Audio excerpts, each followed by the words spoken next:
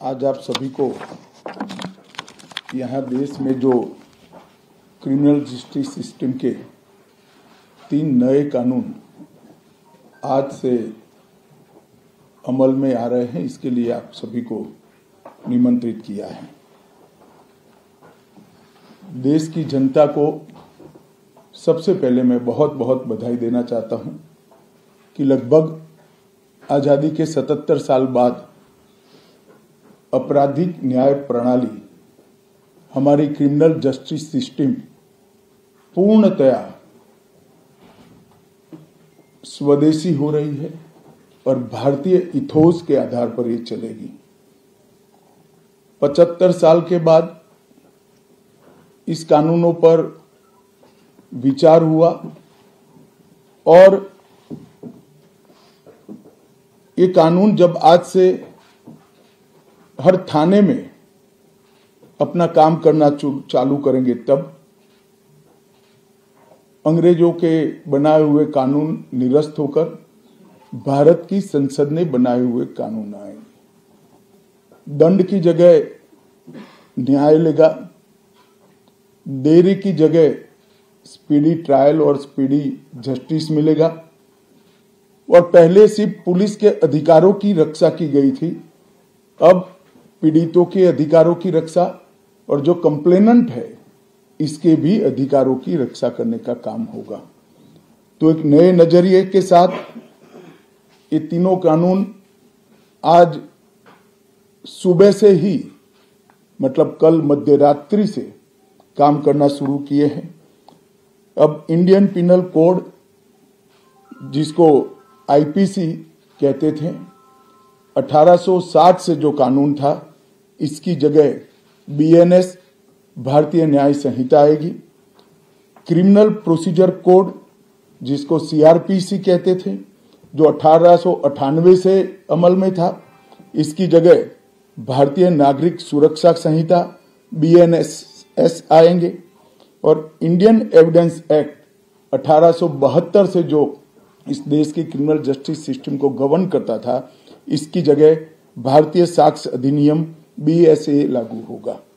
तो BNS, BNSS और BSA के लागू होने से पूरी न्याय प्रणाली का आपराधिक कानूनों की पूर्णतया इसके अंदर हम कह सकते अब भारतीय आत्मा है।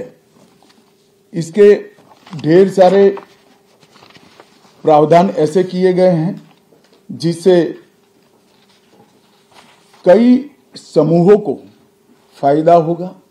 कई सारी दफाएं जो अंग्रेजों के समय से विवाद में रही, इसको हटाकर आज के समय के अनुकूल धाराएं जोड़ी गई है।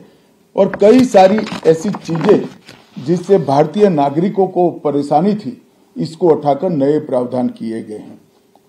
सबसे पहले हमने इसमें हमारे संविधान के स्पिरिट के तहत दफाओं की और चैप्टर्स की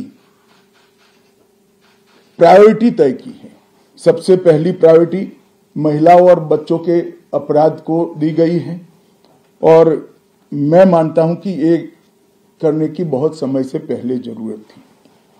एक पूरा अध्याय इसमें जोड़ा गया है जिसमें 35 धाराएं हैं और 13 प्रावधान हैं, जिसमें गैंग रेप के लिए अब 20 साल की सजा या तो कारावास, आजीवन कारावास, नाबालिग के साथ बलात्कार में मौत की सजा, झूठा वादा पहचान छिपाकर शोषण करने वालों के लिए भी अलग से अपराध बनाया गया है। पहले सुप्रीम कोर्ट के जजमेंट से चलता था।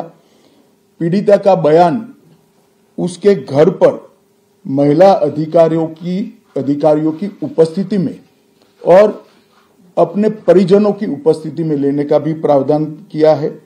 और इसके साथ साथ ऑनलाइन एफआईआर की व्यवस्था से भी ढेर सारी उत्पीड़न का सामना कर रही महिला एम्बरेसमेंट से बच पाएगी, ऐसा हमारा मानना है। सालों से देश भर में मॉब लिंचिंग के अपराध के लिए कानून में कोई प्रावधान नहीं था। प्रावधान करने की मांग होती थी।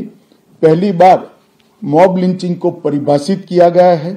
नस्ल, जाति, समुदाय लिंग, जन्म स्थान, भाषा और अन्य कारणों से जो मॉब लिंचिंग होता है, इसमें 7 वर्ष के कारावास से लेकर मृत्यु की सजा और आजीवन कारावास तक इसके अंदर जोड़ा गया है।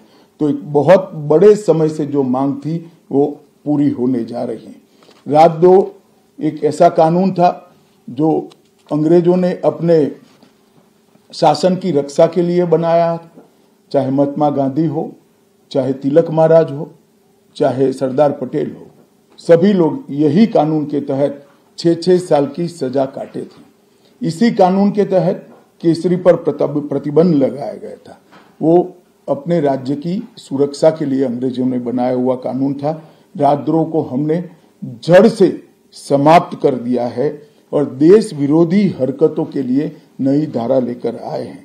पहले सरकार के खिलाफ स्टेटमेंट देना गुनाह था, अब भारत की एकता और अखंडता को क्षतिग्रस्त करने के लिए ये कानून अमल में आएगा। तो आजादी के इतने सालों के बाद ये कानून में बदलाव हुआ है, जो एक बहुत बड़ा परिचायक है हमारे संविधान के स्पिरिट का।